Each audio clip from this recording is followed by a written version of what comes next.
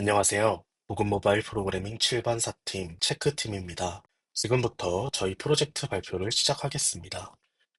다음은 저희 프로젝트 개발에 참여한 조원들의 역할입니다. 저희 프로젝트 체크는 연령대별 독서량 감소 문제를 해결하기 위해 기획되었습니다. 통계청과 문화체육관광부 자료에 따르면 연령대별 연평균 독서량과 1년간 책을 한 권 이상 읽은 성인의 비율이 점점 감소하고 있는 것을 확인할 수 있습니다. 특히 20대의 독서량 감소가 가장 두드러지게 나타나고 있습니다. 이러한 현상은 쇼폼 콘텐츠 소비 증가로 인한 집중력 저하와 바쁜 일상으로 인해 독서에 할애할 수 있는 시간이 부족한 점에서 기인하고 있습니다. 저희 팀은 이런 문제를 해결하기 위해 사용자가 독서 습관을 형성하고 꾸준히 독서를 할 수 있도록 도와주는 어플리케이션 체크를 개발하였습니다. 저희 체크가 제공하는 주요 기능을 소개하겠습니다. 사용자가 원하는 도서를 서재에 추가하고 추가된 도서를 관리할 수 있습니다. 포모도로 타이머, 일반 스타워치 타이머를 제공하여 독서 시간을 효율적으로 관리할 수 있도록 하였습니다. 월간 독서 목표를 설정하고 이를 달성하기 위한 동기를 부여합니다. 목표 달성 여부와 독서 시간에 대한 통계를 시각적으로 확인할 수 있습니다. 읽고 있는 책에 대한 메모를 작성하거나 독후감을 기록할 수 있습니다. 사용자가 찾는 도서를 보유한 도서관의 위치와 대출 가능 여부를 알려줍니다. 추가로 사용자의 나이에 기반한 추천 도서를 제공합니다. 다음은 저희 프로젝트의 시스템 구조입니다. 클라이언트 측은 iOS와 AOS에 대하여 하나의 코드로 작성이 가능한 플러터 프레임워크로 개발하였으며 데이터베이스는 구글 클라우드 스토리지와 파이어베이스 스토리지를 사용합니다. 사용자의 위치에 대한 지역 코드를 제공해주는 vworld API, 주요 국립도서관의 도서 소장 여부, 대출 가능 여부에 대한 정보를 제공해주는 도서관 정보나루, 도서의 상세 정보를 제공하는 네이버 도서 API 등을 활용해 데이터를 수집하고 그런 서비스들을 구글 클라우드 플랫폼에 구글 클라우드 런을 통합하였으며 클라이언트는 구글 클라우드 플랫폼과 리퀘스트, 리스폰스를 주고받으며 통신합니다. 저희 체크의 디자인은 다음과 같습니다. UI는 사용자 친화적으로 설계되었으며 심플한 디자인과 직관적인 기능 배치를 통해 효능성을 극대화했습니다. 다음은 저희 프로젝트가 사용하는 프레임워크, 언어들에 대한 설명입니다. 저희가 클라이언트 개발에 사용한 프레임워크 플러터, 그리고 그 플러터에서 사용하는 언어 다트를 이용하고 있습니다. 백엔드 서비스는 파이어베이스의 서비스들을 이용하였으며 그중 클라우드런과 펑션스에서 사용하는 언어로 타입스크립트가 이용되었습니다. 플러터에서의 상태 관리를 위해 프로바이더가 이용되었으며 데이터베이스는 파이어베이스의 파이어스토어가 이용되었습니다. 또한 사용자의 인증을 위하여 파이어베이스의 인증 서비스를 이용하고 있으며 외부 API로 도서관 정보나루, 네이버 책 검색 API, vworld API가 이용되고 있습니다. 다음은 플러터 내부에서 사용된 의존성들입니다. 상태 관리를 위한 프로바이더, 파이어베이스와 관련된 패키지, UI UX 패키지가 나와 있습니다. 다음은 데이터 저장을 위한 패키지들입니다. 로컬 데이터를 저장하는 Shared Preference, NoSQL 데이터베이스인 하이브, 또 하이브 플러터와 주요 의존성입니다. 또한 위치 정보를 이용하기 위해 지오로케이터와 지오코딩 패키지가 이용되었습니다.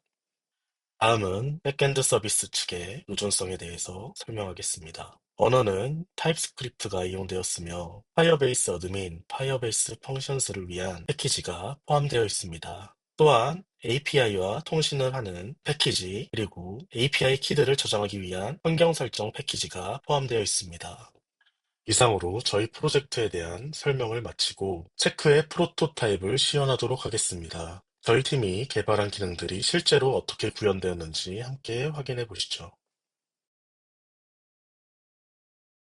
체크 시연을 시작하도록 하겠습니다. 우선 회원가입부터 살펴보겠습니다. 회원가입은 크게 두 가지 방법으로 나뉩니다. 이메일 회원가입과 소셜 로그인을 통한 회원가입입니다.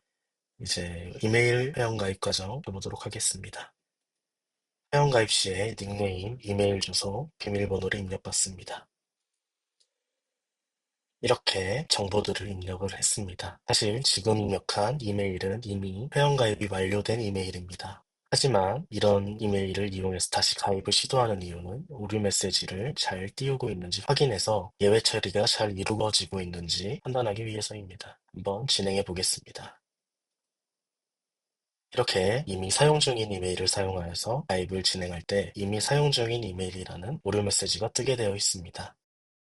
이제 사용 중이지 않은 이메일을 가지고 회원가입을 진행해 보겠습니다. 하지만 비밀번호 확인을 잘못한 상태로 한번 진행해 보겠습니다.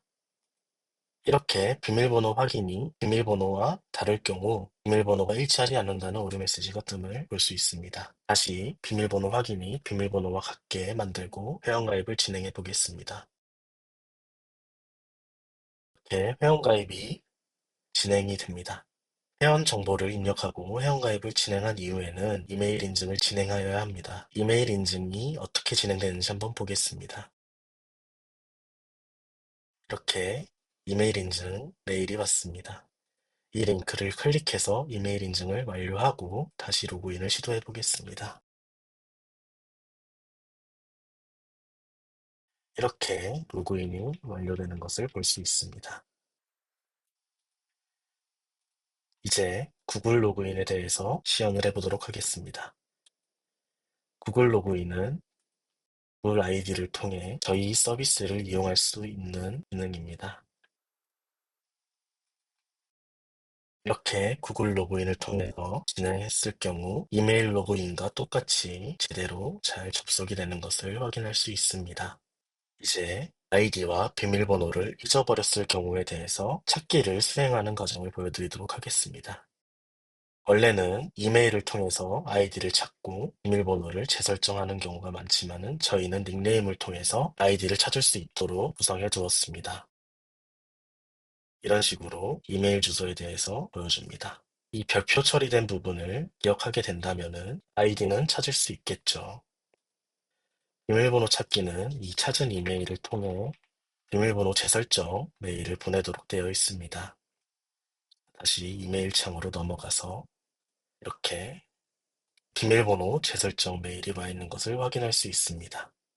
이 링크를 누르게 되면 새로운 비밀번호를 설정할 수 있게 됩니다. 이렇게 저장을 하면은 이제 새로운 비밀번호로 로그인할 수 있게 됩니다. 다시 돌아가 보겠습니다. 로그인을 하게 되면 이렇게 잘 접속이 되는 것을 알 수 있습니다. 이제 저희 주요 기능인 도서 관리 기능과 타이어마우 기능, 통계 기능을 설명하겠습니다. 우선 도서 관리 기능부터 시작하도록 하겠습니다. 저희 앱은 네이버 검색 API를 이용하여 도서 검색이 가능하며 해당 도서에 대해 주변 공공도서관의 소장 여부와 대출 가능 불가능 여부를 알 수 있도록 되어 있습니다. 우선 책을 검색해 보도록 하겠습니다. 최근 선풍적인 인기를 끌고 있는 한강 작가님의 채식주의자를 검색해 보도록 하겠습니다. 채식주의자를 검색했을 때 채식주의자 키워드에 대한 책들이 나오는 것을 볼 수 있습니다. 여기서 본인이 찾는 책에 대한 정보를 확인해 보도록 하겠습니다. 이렇게 찾는 책에 대해서 정보를 확인하는 버튼을 누르게 되면 책 제목, 저자, 출판사, 책 소개와 근처 도서관 보유 현황을 알 수 있습니다. 근처 도서관 보유 현황은 도서관 정보나루의 API를 이용하여 구성되어 있으며 위치를 기반으로 가장 가까운 도서관에 대하여 알려주게 되어 있습니다. 이 도서를 책장에 추가할 수도 있고 책장에서 뺄 수도 있으며 독서가 만료된 이후에 본인만의 구감을 기록하고 메모를 기록할 수 있도록 구감 작성하기 버튼도 나와 있습니다. 지금은 독서가 완료된 상태가 아니기 때문에 추후 다시 설명하도록 하겠습니다. 도서 검색, 도서 정보, 도서 추가, 도서 삭제 등을 보았는데요. 이제 추가한 도서들에 대해서 책을 읽은 기록을 어떻게 하며 해당 책의 진행 상태를 어떻게 확인하는지 알아보도록 하겠습니다.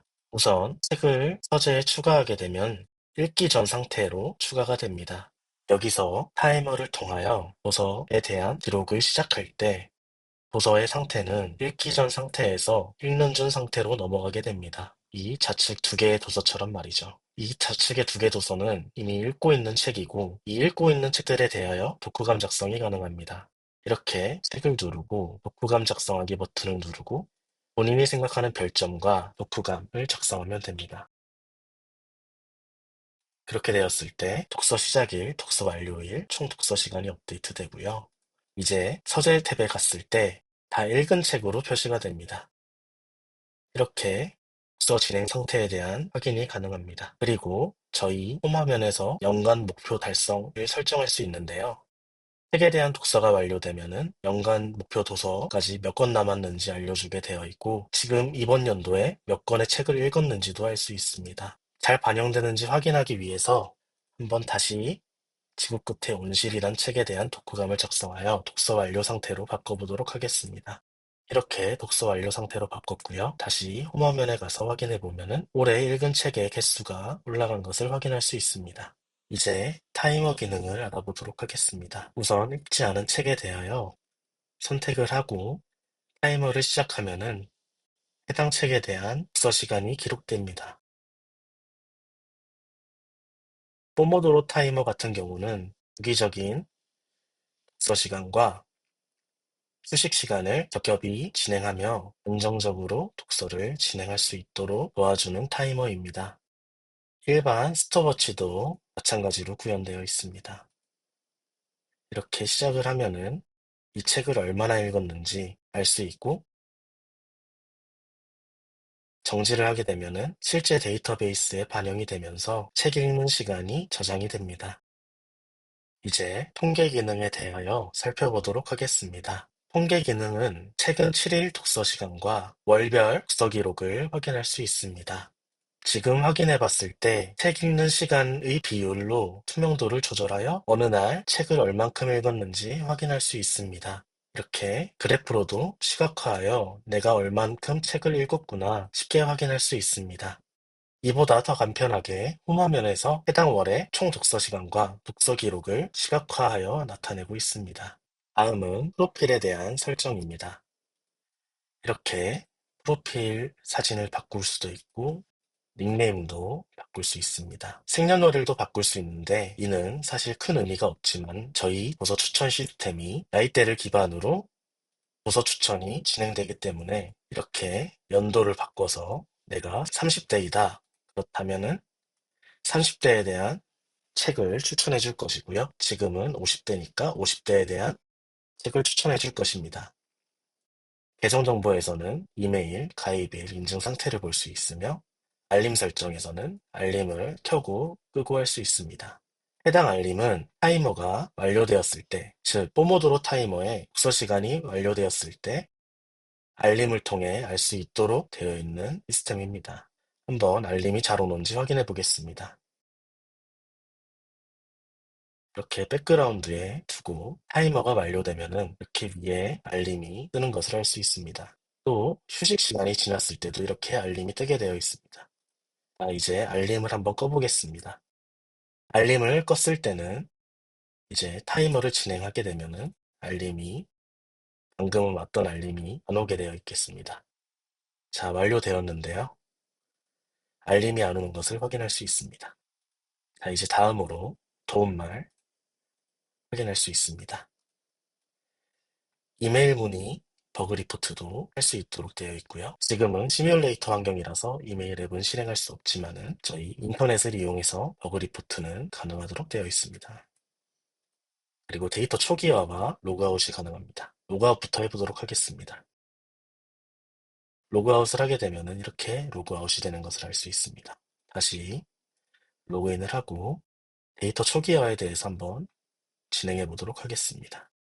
자, 데이터를 초기화하게 되면은 독서 기록과 책장에 있는 모든 책 정보가 사라지게 됩니다. 이렇게 초기화를 진행하고요. 다시 화면으로 갔을 때 방금은 내 독서 기록이 있었지만은 사라진 것을 볼 수 있습니다. 이상으로 저희 애플리케이션 체크에 대한 시연 영상을 마치도록 하겠습니다. 감사합니다.